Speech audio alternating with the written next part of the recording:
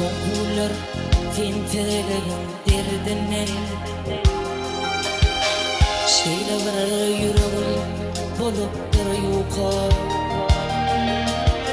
Dağ olamsın didarına mehrine Seni ehli yerden bölügen kaka Gözü yaşlarımı geleyen kaka Ağınlar geçip dur şulap yegyalı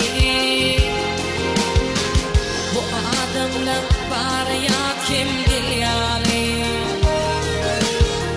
Oyulup dur yerin kara yer yalı Seni ehli yerden bölügen kaka Gözü yaşlarımı geleyen kaka Kaka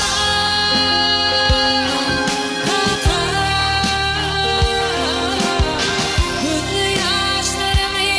geleyen kaka Kaka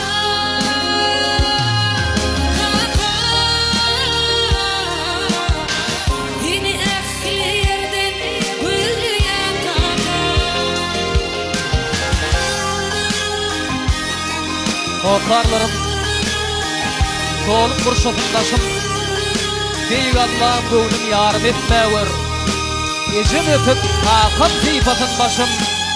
Acı yetimliliği hürmetmeğir.